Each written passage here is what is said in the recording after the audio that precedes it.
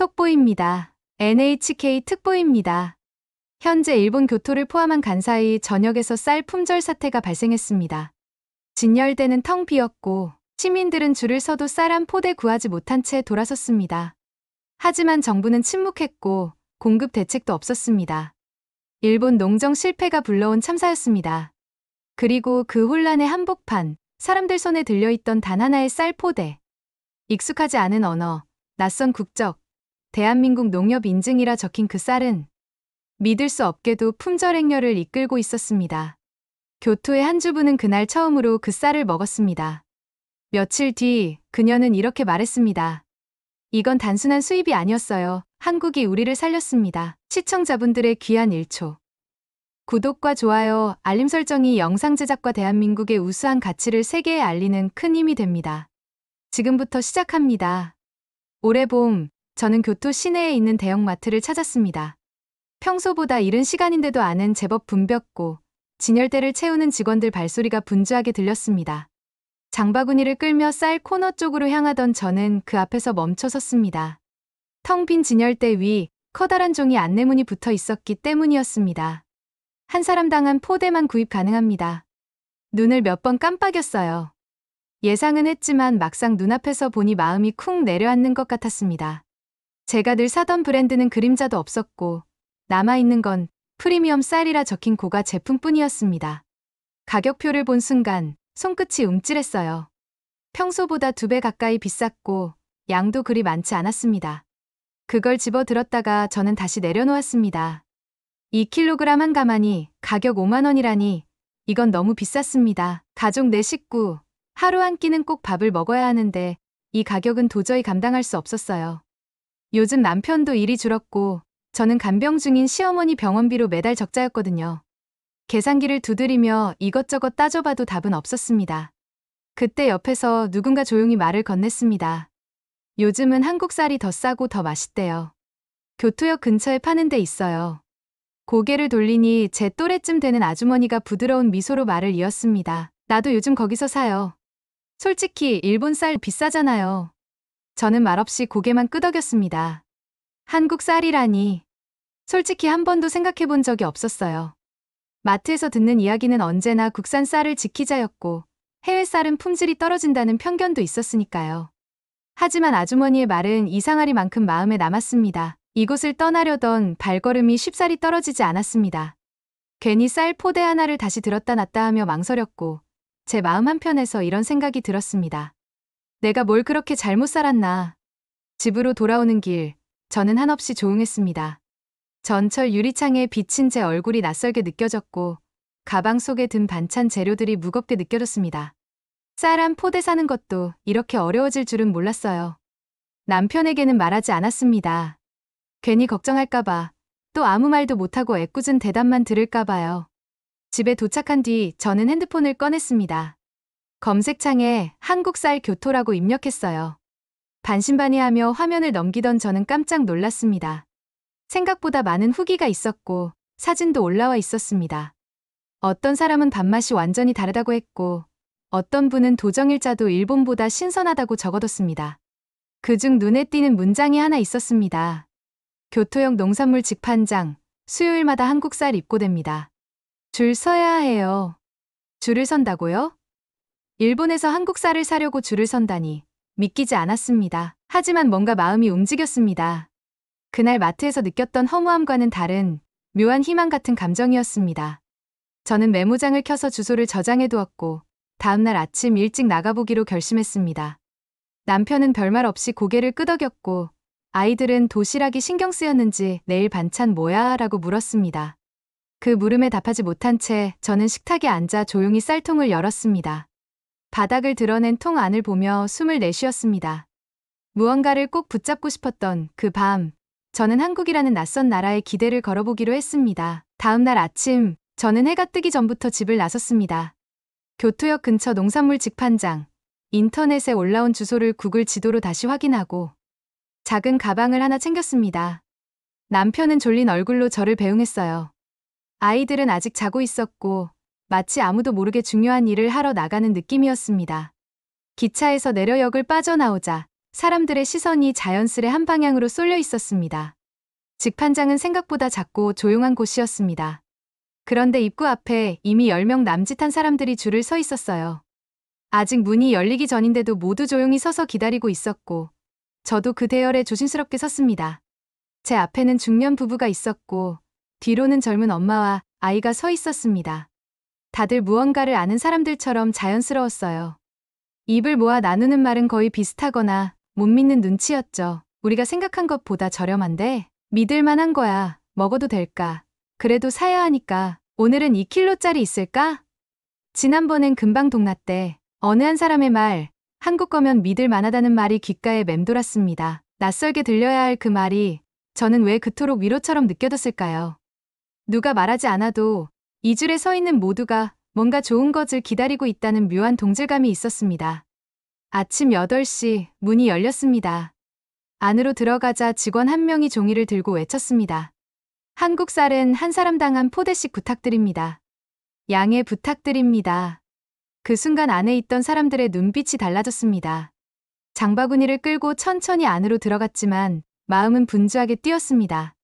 한국 쌀은 구석 한켠에 조용히 진열되어 있었고 크고 작은 포대들이 가지런히 놓여 있었습니다. 저는 망설이지 않고 2kg 포대를 하나 들었습니다. 그 순간이었습니다. 손끝에서부터 뭔가 이상한 감각이 퍼졌습니다. 봉투는 단단했고 포장지 색감은 차분한 흰색에 가까웠습니다. 가장 눈에 띈 건 봉투 아래 적혀 있던 한 줄의 문장이었습니다. 농민의 정성을 담아. 작은 한글 문장이었지만 저는 마치 누군가 따뜻하게 말을 걸어온 듯한 기분이 들었습니다. 그 자리에 서서 잠시 봉투를 내려다보았습니다. 안에 담긴 쌀보다 그 문장이 저를 더 오래 붙잡았습니다. 입술이 떨렸고 눈가가 뜨거워졌습니다. 이건 그냥 쌀이 아니구나. 뒤에서 줄을 서던 분이 저를 힐끔 바라보았지만 저는 아랑곳하지 않았습니다. 그저 이 포대를 안고 조심스럽게 발걸음을 옮겼습니다. 계산을 마치고 나오는 길다른 분들도 각자 포대를 하나씩 안고 나가고 있었습니다. 누군가는 포장지의 한글을 소리내 읽었고 어떤 분은 봉투에 붙은 스티커를 자세히 살펴보고 있었습니다. 이상한 장면이었어요. 일본 교토의 작은 직판장에서 사람들이 조용히 한국 쌀을 안고 나가는 그 장면이요. 저도 그 중 하나였습니다. 돌아오는 전철 안포대를 무릎 위에 올려두고 봉투를 쓰다듬었습니다. 무언가를 얻은 느낌이었고 동시에 무언가를 잊고 살았다는 생각도 들었습니다. 그저 쌀 한 포대일 뿐인데 왜 이렇게 마음이 따뜻해질까요? 집에 도착하자마자 저는 포대를 부엌으로 옮겼습니다. 포장지를 벗길 때 마치 어떤 의식을 치르는 것처럼 천천히 움직였습니다. 봉투를 여는 순간 알갱이들이 반짝였습니다. 어디서도 본 적 없는 윤기였고 손끝으로 쌀을 쓸어내릴 때 절로 이런 말이 나왔습니다. 와, 윤기라는 거 봐. 정말 괜찮은걸. 여기서 끝이 아니었습니다. 저는 그날 저녁 조심스레 밥을 지었습니다. 그리고 그 밥이 우리 가족에게 어떤 변화를 주었는지 곧 알게 되었습니다. 그날 저녁 저는 쌀을 씻기 시작했습니다. 두 손으로 찬물을 받아 살살 쌀을 흔들 때 미세한 소리가 부엌 가득 울렸습니다. 알갱이 하나하나가 살아있는 듯했어요. 쌀 씻은 물은 희뿌옇게 변했고 그마저도 고맙게 느껴졌습니다. 밥솥에 쌀을 붓고 물을 맞추며 저는 계속 포장지에 적힌 글귀를 떠올렸습니다. 농민의 정성을 담아 별것 아닌 문장이 왜 그렇게 가슴을 울리는지 모르겠어요. 정성이 담긴 쌀이라니 한참 동안 그 말을 곱씹었습니다. 밥솥이 김을 내기 시작했고 부엌에는 구수한 냄새가 퍼졌습니다. 아무것도 넣지 않았는데도 향이 깊었고 그 순간 저는 손으로 코를 감싸며 눈을 감았습니다. 이 냄새, 언제 마지막으로 이런 냄새를 맡아봤을까요? 어릴 적 할머니 집에서 들기름 넣고 지었던 밥 생각이 났습니다. 식탁에 밥 한 공기씩 내놓고 반찬은 간단히 했습니다. 아이들은 장난치며 밥숟가락을 들었고 남편도 조용히 자리에 앉았습니다. 그리고 한 입, 아이가 먼저 말을 꺼냈습니다. 엄마, 오늘 밥 되게 맛있어. 둘째가 곧장 따라 말했습니다. 쫀득쫀득해. 이거 뭐야? 남편도 숟가락을 멈추고 말했습니다. 오늘은 밥이 다르네. 무슨 일 있어? 저는 아무 말도 못했습니다.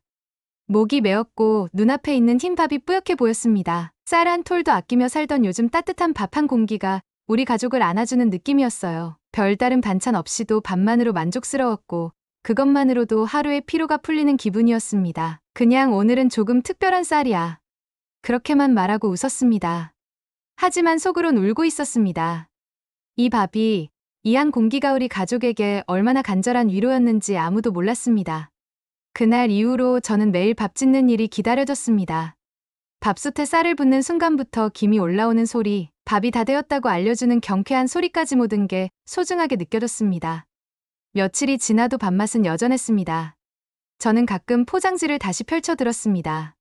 봉투 끝에 인쇄된 한국어 문장을 읽으며 그 나라가 궁금해졌습니다. 이게 단순한 수출이었을까? 왜 이렇게 마음이 따뜻해지는 걸까? 점점 궁금증이 커졌습니다. 뉴스에서도 한국 쌀에 대한 얘기가 나오기 시작했고 동네에서도 한국 거 괜찮더라는 말이 오가기 시작했습니다. 그때부터였던 것 같아요. 한국이라는 나라가 그냥 먼 나라가 아니라 내 삶에 깊숙이 들어온 존재처럼 느껴지기 시작한 게요. 쌀 한 포대가 제게 알려준 건 단순한 품질이나 맛이 아니었습니다. 그 안에 담긴 마음, 그걸 느끼고 나서야 저는 비로소 매일 먹는 밥이 그냥 밥이 아니라는 걸 깨달았습니다. 엄마, 또 그 쌀이야? 응, 오늘도 그 쌀이야. 아이들이 물을 때마다 저는 웃었습니다. 대답은 늘 같았지만 그 웃음 안에는 감사와 다짐, 그리고 묘한 책임감 같은 게 함께 담겨 있었습니다. 이 마음을 더 알고 싶었습니다. 그리고 저는 점점 그 나라에 가봐야겠다는 생각을 진지하게 품게 되었습니다. 며칠이 지나도 그날의 밥맛은 잊히지 않았습니다. 저는 매일 아침 쌀을 씻을 때마다 손끝에 전해지는 감촉을 소중히 느꼈고 밥솥에서 올라오는 김을 보면 괜히 마음이 따뜻해졌습니다. 아이들은 남김없이 밥을 비웠고 남편도 집에 들어오자마자 밥 냄새부터 맡았습니다. 그렇게 밥을 중심으로 일상이 조금씩 달라졌지만 정작 저는 그 쌀에 대해 더 알아보지 못한 채 며칠을 보냈습니다. 그러던 어느 날 오후 평소보다 늦게 점심 설거지를 하고 있던 저는 주방 TV에서 흘러나오는 뉴스 자막을 보고 고개를 획 돌렸습니다. 한국산 쌀 2톤, 일본 직판장에서 완판이라는 큼지막한 글씨가 화면을 가로지르고 있었습니다. 손에 물기가 남아있는 줄도 모른 채 저는 화면 앞으로 다가갔습니다. 앵커의 목소리는 차분했지만 내용은 놀라웠습니다. 불과 2주 만에 모두 팔렸으며 추가 물량 22톤이 수입될 예정입니다. 이는 35년 만에 최대 수입량으로 기록됐습니다. 라는 말이 이어졌습니다. 저는 어안이 벙벙해진 채 입을 다물지 못했고 심장이 묘하게 뛴다는 걸 느꼈습니다. 일본의 쌀값은 계속 오르고 있었고 마트 진열대는 여전히 텅 비어 있었습니다. 그런데 지금 한국은 그 위기 속에서도 고품질 쌀을 수출하고 있다는 사실이 믿기지 않았습니다. 우리나라 정부는 비축미도 제대로 풀지 못한 채 혼란을 겪고 있는데 그들이 말하던 농업 후진국이 일본을 도와주고 있는 상황이라는 걸 받아들이기가 쉽지 않았습니다. 자존심보다 먼저 찾아온 감정은 이상하게도 고마움이었습니다. 뉴스 화면 속 농협 포대에 인쇄된 글씨를 저는 또렷이 기억하고 있었습니다. 화면은 곧 인터뷰 장면으로 전환되었고 직판장에서 줄을 서고 있는 일본 시민들이 나왔습니다. 그중 어떤 아주머니는 이렇게 말했습니다. 그냥 한국 쌀은 믿을 수 있어요. 또 다른 남성은 웃으며 말했습니다. 일본 것도 좋지만 이건 사람이 만든 맛이에요. 저는 화면을 바라보다가 조용히 눈을 감았습니다. 갑자기 눈물이 맺히는 것을 느꼈고 손등으로 재빨리 훔쳤습니다. 며칠 전 내가 느꼈던 그 감정이 틀리지 않았다는 사실이 이 뉴스로 확인된 느낌이었고 혼자만 느낀 게 아니라는 사실에 묘한 안도감이 들었습니다. 저는 천천히 부엌 의자에 앉았습니다. 손끝에는 아직 설거지 물이 묻어 있었지만 신경 쓰이지 않았습니다. 오히려 가슴속이 묵직해졌고 제가 뭔가 큰 것을 놓치고 있었던 건 아닐까 하는 생각이 들었습니다. 단순히 쌀 한 포대를 샀을 뿐인데 지금은 그 안에서 너무 많은 이야기들이 들려오고 있었습니다. 이 나라는 대체 어떤 방식으로 사람을 감동시키는 걸까? 저는 그게 점점 궁금해졌고 점점 더 진심으로 알고 싶어졌습니다. 단지 수출이 아니었습니다. 그것은 마음을 나누는 방식이었고 밥이라는 가장 일상적인 형태로 이루어진 작고도 확실한 감동이었습니다. 쌀 포대를 다시 꺼내어 곁에 두고 저는 스스로에게 물었습니다. 이제 진짜 가봐야 할까? 그날 밤 저는 잠을 이루지 못했습니다. 뉴스에서 들었던 장면들이 자꾸만 머릿속을 맴돌았고 그 자막 속 한국산 쌀 완판이라는 단어가 낯설지 않게 느껴졌습니다. 저는 조용히 자리에서 일어나 부엌으로 향했습니다. 불을 켜지 않고 조심스럽게 쌀 포장지를 꺼냈습니다. 그날 산 쌀의 포대는 여전히 싱크대 한쪽에 가지런히 놓여 있었고 저는 무릎을 꿇고 그 앞에 앉았습니다. 포장지의 왼쪽 아래 회색 라벨이 눈에 들어왔습니다. 저는 손전등을 비춰 조심스럽게 문장을 읽었습니다. 대한민국 농협인증 당신의 밥상을 지키겠습니다. 단 15글자의 짧은 문장이었지만 이상하게도 가슴이 먹먹해졌고 한 글자 한 글자 따라 읽을 때마다 무언가 가슴을 두드리는 느낌이 들었습니다. 저는 그 문장을 손가락으로 짚으며 가만히 앉아 있었습니다. 일본의 식품 포장에는 유통기한과 원산지, 조리법만 있을 뿐이었고 이런 따뜻한 문장을 본 적은 없었습니다. 누군가가 제게 말을 걸어오는 것 같았고 그 말이 아주 진지하게 제 밥상을 지키겠다고 다짐하는 듯 느껴졌습니다. 저는 쌀 포대를 조심히 껴안았습니다. 따뜻했습니다. 그 속엔 쌀뿐 아니라 누군가의 마음이 담겨 있었고 저는 그 마음을 제대로 느낄 수 있었습니다. 처음에는 단순히 싸고 맛있다는 이유로 샀던 쌀이었는데 지금은 마음을 움직이는 무언가로 느껴졌습니다. 제 마음속에 작은 틈이 벌어지기 시작했고 그 사이로 감사함이 서서히 밀려왔습니다. 한국은 왜 이런 문장을 포장지에 새긴 걸까? 그것도 잘 보이지 않는 곳에다 말입니다. 아마도 이건 보여주기 위한 문장이 아니라 믿고 싶은 사람들이 알아서 발견하길 바라는 마음이었을 겁니다. 저는 조용히 중얼거렸습니다. 이런 세심한 마음이 어떻게 가능한 걸까? 한국은 정말 이상한 나라야. 제 입에서 튀어나온 말이었습니다. 의식하지 않고 내뱉은 말이었기에 더 진심이었고 저는 그 말을 뱉은 자신에게도 놀랐습니다. 제가 일본에서 태어나 자란 사람이라는 사실이 갑자기 어색하게 느껴졌습니다. 이토록 작고 조용한 감동이 나라를 바꾼다는 것을 저는 한국 쌀을 통해 느끼고 있었고 그 마음의 시작점을 확인하고 싶다는 생각이 점점 짙어졌습니다.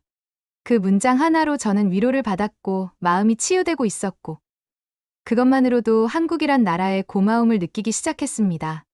저는 핸드폰을 들고 비행기 일정을 검색하기 시작했습니다. 아직 확신이 선 건 아니었지만 마음은 이미 한국이라는 방향으로 향하고 있었습니다. 포장지 속 문장 하나의 마음이 이토록 흔들릴 줄은 몰랐습니다. 밥을 넘어선 정성이었고 말없이 위로하는 방식이었습니다. 저는 그날 밤 내내 포장지를 곁에 두고 잠들었습니다. 며칠을 고민했습니다. 아직은 외국에 갈 만큼의 이유가 부족하다고 애써 머리를 설득했지만 마음은 이미 움직이고 있었습니다. 저는 태어나서 단 한 번도 일본을 떠나본 적이 없었고 교토라는 도시 안에서만 살아온 사람이었습니다. 외국어도 서툴렀고 어디든 혼자 나서는 일이 낯설었습니다. 하지만 그날 이후로는 포장지에 적힌 문장 하나가 머릿속을 떠나지 않았고 저는 점점 더 그 쌀의 출처를 직접 보고 싶다는 마음이 커졌습니다. 그렇게 결심하게 된 건 아마 그 마음의 진짜 주인을 만나보고 싶었기 때문이었을 겁니다. 저는 조심스럽게 남편에게 말을 꺼냈습니다. 나 한국에 다녀오고 싶어. 남편은 눈을 동그랗게 뜨더니 이내 고개를 끄덕였습니다. 그래 가도 돼. 내가 그런 말 하는 거 처음 들어봐. 그 말에 저는 안도감을 느꼈고 바로 비행기 표를 알아봤습니다. 관광이 아니라 체험이 목적이었기에 짐은 아주 간단히 쌌습니다. 서울행 비행기는 의외로 빠르게 매진되었고 저는 겨우 표 한 장을 확보해 출국 준비를 마쳤습니다. 서울 김포공항에 도착한 첫 인상은 일본의 대도시와 크게 다르지 않았습니다. 하지만 제가 찾아간 목적지는 서울 중심이 아닌 외곽의 한 로컬 농협 매장이었습니다. 인터넷에서 찾아본 매장이었고 실제로 일본으로 수출되는 쌀을 취급하는 곳이라 해서 일부러 그 지점을 선택했습니다. 택시를 타고 한참을 달려 도착한 매장은 겉보기엔 작은 규모였지만 내부는 완전히 달랐습니다. 매장 한쪽 벽면에는 쌀 포대들이 정리되어 있었고 포대마다 지역명이 큼직하게 적혀 있었습니다. 전북 익산, 충남 논산, 강원 철원 같은 글자가 눈에 띄었고 상품 설명 아래엔 어르신이 직접 농사지은 쌀입니다. 같은 말이 쓰여 있었습니다. 저는 한참을 그 자리에 서서 포장지 하나하나를 들여다봤습니다. 설명마다 농민의 이름이 적혀 있었고 심지어 사진까지 붙은 것도 있었습니다.